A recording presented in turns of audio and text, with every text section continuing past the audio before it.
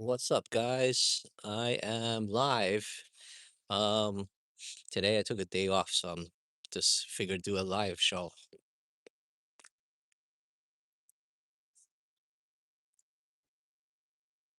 Still trying to get those view hours, so figured I should do a live since I have some time. I just came back from a estate sale. Um, Found nice, cool stuff. So we'll see whether if that translate into some sales for me. But today is a Friday. Normally I'm working on a Friday on my day job, but uh took a day off to do this. Hey Keith, how are you? And it's Diego. What's up? What's up, Diego? I am live streaming right now because I need the view hours, man. Hey Angela, how are you? How are things? Um, I took a day off today. Today I was supposed to work at my day job, but then I saw a estate sale that I couldn't pass up. Unfortunately, I didn't get the stuff that I wanted, but I did get other things that were pretty cool. So we'll see if it translates into some sales. Keith, I'm not killing time. Today I have some free time, so I figure I should do a live. So I just came back from a estate sale. They had like these retro video games. They're worth about, a couple thousand. But unfortunately, the person in front of me camped out overnight because they disclosed the address early. So they camped out overnight for it and they got it.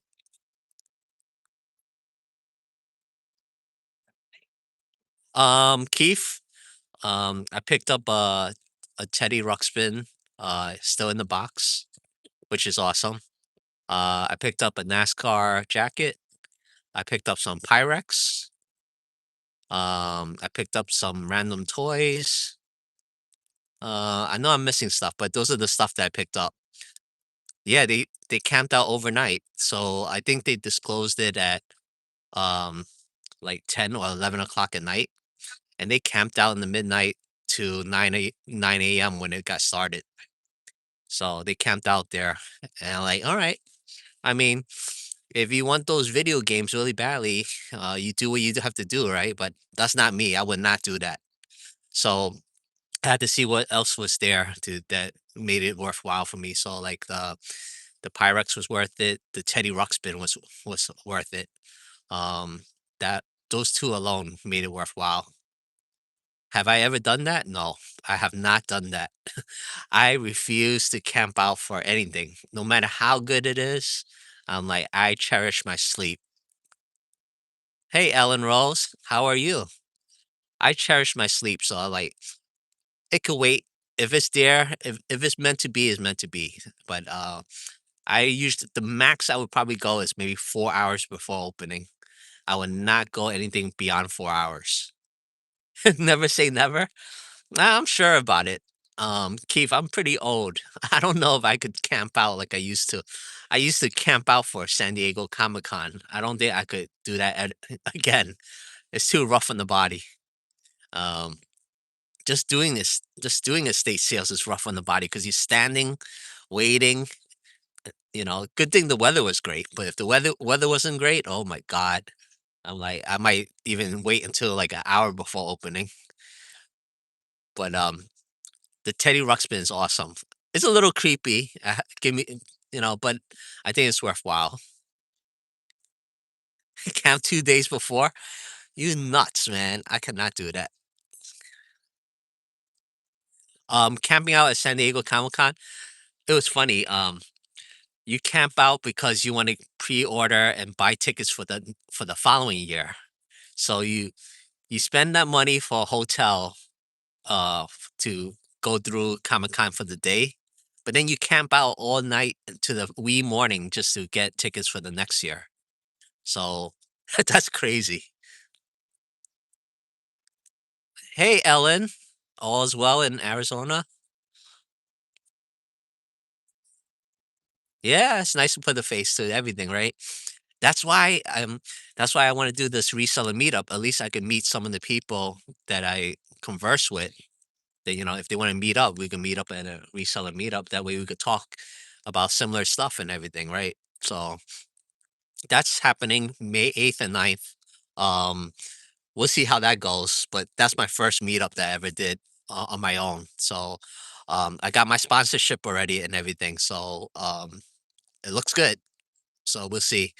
Keith, man, San Diego Comic Con, I had to stop it because it was getting too expensive. So yeah, I I mean it's an experience. You want to experience something like that. It's very mainstream.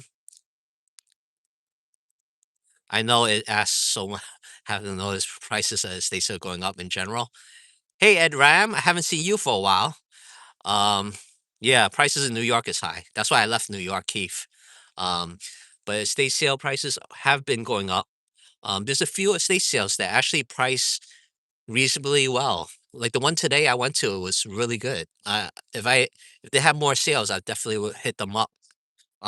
Prices are really good, and they actually welcome resellers because they want to clear out all the stuff in the home, so they don't mind resellers. So if there's another opportunity, I probably hit their estate sales. But there's one I'm doing tomorrow, and that one's a little bit higher. So we'll see.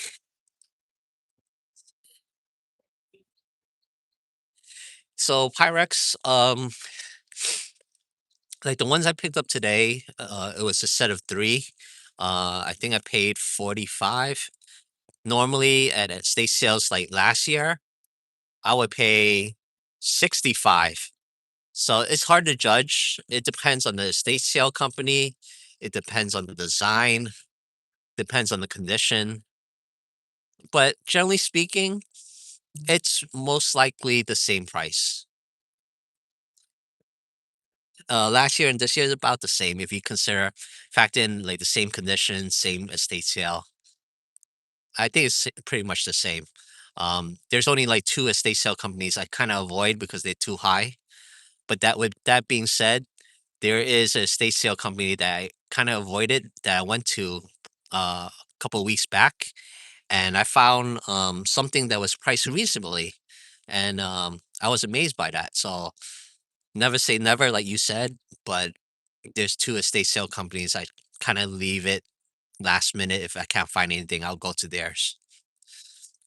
But I can't wait. I want garage season to happen already because um, I just I miss it so badly. And now with the weather better, there should be more garage sales. Technically, I was supposed to go to a church rummage sale today, but then that estate sale was too good to pass up, so I went to that instead. Um, but I like garage sales because you grab something and you can haggle on the price, and then if it's something that you wanted and someone else get it, most of the time you won't even know because you weren't there at that time. Estate sale company, when you go to a estate sale, you banking on that item and you see someone else grab it. It's a little disheartening, and you can't negotiate prices until the last day. So you know, I mean, each has their plus and minuses, but I can't wait to mix it up with some garage sales. Ed Ram, you still here? How's everything with you? Haven't seen you for a while. Right now, I am in the park. Um, this is like the PSU, Portland State University campus. I'm nearby this campus, so it's okay for me to chill over here. It's pretty open ground and everything. It's nice, nice setting. That's why I picked this area, just to do my live. Normally, um, when I did lives in the past, I show around the city and everything as I go. So you guys, if you guys like to see live shows of me walking around Portland, let me know. I could do that again. Uh, especially when the weather's like this. It's beautiful out. But I just wanted to just chill and talk to you guys a little bit. So Keith asks, in your downtime, do you have any ever source from other places than estate sales, like thrift stores or antique malls? Um, First off, like, flea markets are horrible in Portland.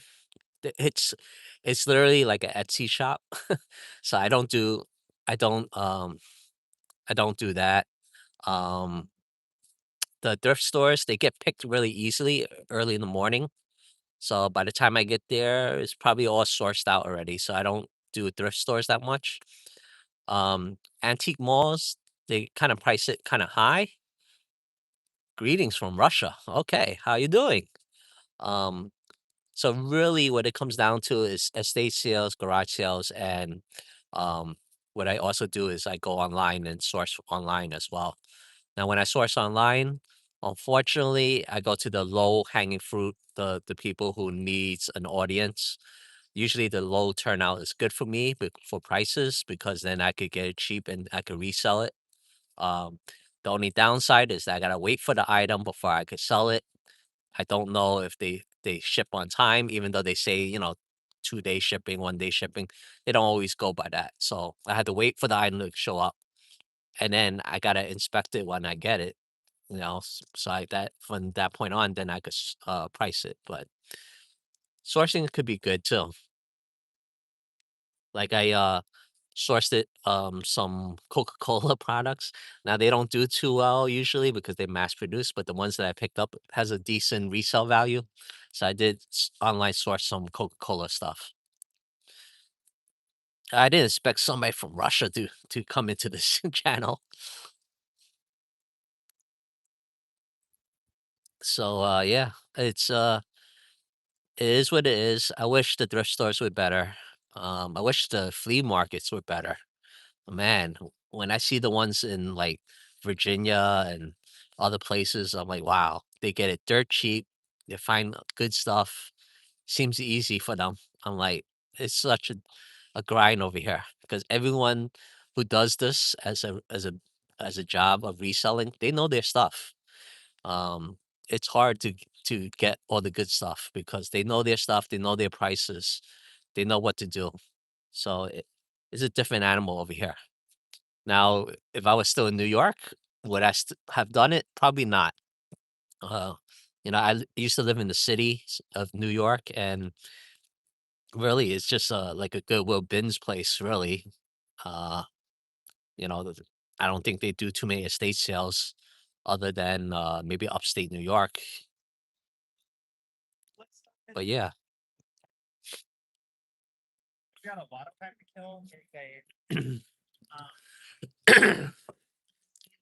so I appreciate you guys with a thumbs up in my live as well. There's 6 people here. Glad you guys here chilling with me. Appreciate it.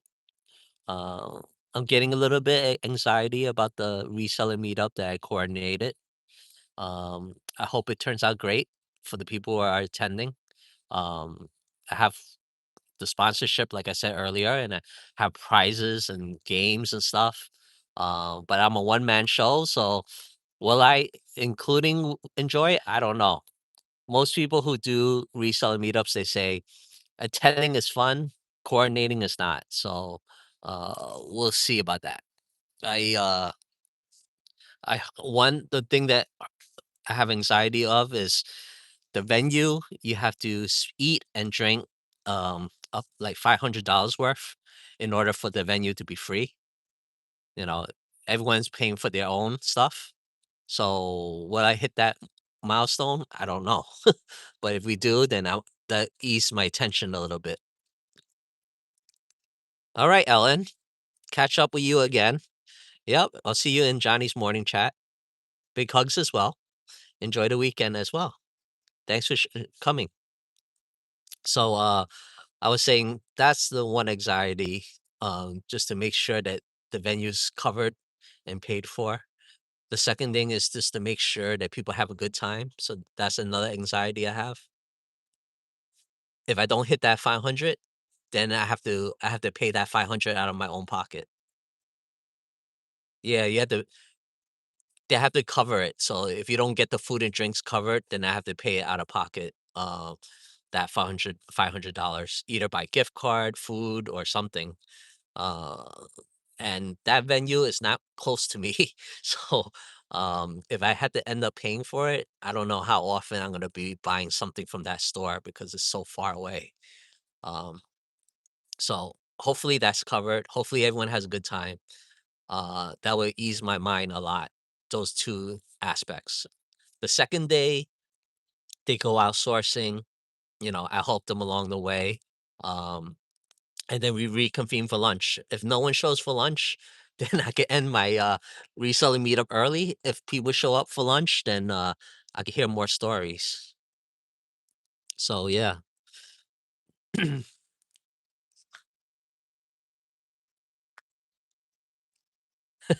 Yeah, I would say, and if you don't hit that 500, yeah, I hope they are supportive. Right now, I think only about 20 something people, let's just say around the number, like 20 people are going to this reseller meetup. So, you know, uh, they will have to spend a little bit, and hopefully they do. We'll see how it happens. I mean, I can help along the ways too because I got to eat and I got to drink too. But I hope they help along the way too. I had a few people cancel on me because they said financially they can't do it. So I understand. Um, but surprising enough, I get a turnout, some kind of turnout. Yeah, you can't get anything with 25 anymore. Yeah. It's a pizza place, so I'm hoping that, you know, someone would buy a pizza pie and soda, or at least a sandwich or something. Like anything helps. They have craft beers there too, so I'm hoping I find a lot of beer drinkers over there. They could buy all those drinks. Yeah. So we'll see what happens. I mean, I'm not much of a drinker, but is they have a lot of craft beers over there, so I'm hoping that there's a beer drinker in the group, and then he'll go a little bit nuts and drink some, just as long as they don't get drunk. I can't be liable for them if they get drunk. But yeah, it should be fun. I'm gonna sit each and every one of them at that venue just to see how they're gonna source the next day. I'll give them some intel on what they should do. But part of me wants to people to realize the struggle I go through. Like, people go to these things and they know their stuff, it's hard to pull a fast one on anybody because the customer and the seller, they know all the prices. They know what's going on. Keith, you're in New York. Where in New York are you? I used to live in Manhattan. I lived on 36 and 2nd. And then I used to work at 59th and Lex. Oh, you're in New York City too? Okay. I miss New York City for the food. Food and the convenience of getting anything at any time. Um, the food here in the Portland scene. Oh, you're in Tribeca, Hudson Street. Okay. Um, the food, doesn't compare to New York. Over here in Portland, I say they're jack of all trades, master of none, because the food is they all put their own touch to things, and it's hard to find authentic food.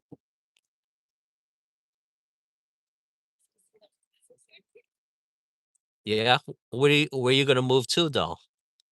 Um, it has changed a lot. I agree. I moved out of New York in 2017, early 2017. But the stories I hear, it is changing, not for the better. Uh, I hear a lot of things going on. No clue. So sorry, I had to shift a little bit because my arm's tired holding the phone. Um, my suggestion is, if you're able to do it, are you happy you moved to Portland? Y- I am happy. Uh, Not 100% happy, but I'm happy. Um, I wish I was making my New York money. I wish, the food scene is a little bit more convenient for me. Uh, but I do like the little things here, like the sunrises, sunset. Well, when you're a New Yorker, it's hard to see something and say, "Oh, it's better than New York," right? New York had it like a little of everything. Um, but Portland has its pluses and minuses like every other city. Keith, if I were you, if you have the time, I would get an Airbnb at a place you want to visit and see how it get a feel of the place. You know, like how the daily life is in that area.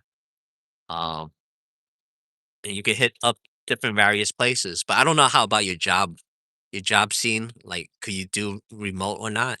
If you can't do remote, then it's a little bit hard because you gotta take vacation to go to a certain state. But but that's why I told my wife. Like when we moved to Portland, I say get an Airbnb, get a feel of the place, make sure that it's right for us before we actually make that move. So I suggest the same too. Hello, Shamir Youssef. Um, get a feel of the place, like see how it is in daily life over there. See, do your research. I mean, the good thing is that you could buy time, right? Was it more her or more you that wanted to move? It was more her actually, because she got um she got the shingles in her 30s, and it was because of stress from New York.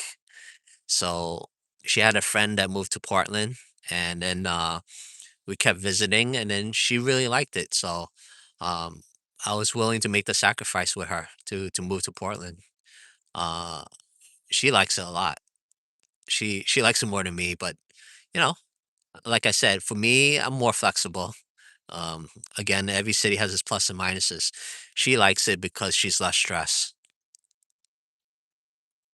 Uh, is it hippy dippy? There's certain neighborhoods that is hippy dippy. There's other neighborhoods are not. Uh, Sort of, it's kind of like one of the stereotypes over here. Not everywhere is hippy dippy, but there's some neighborhoods that are.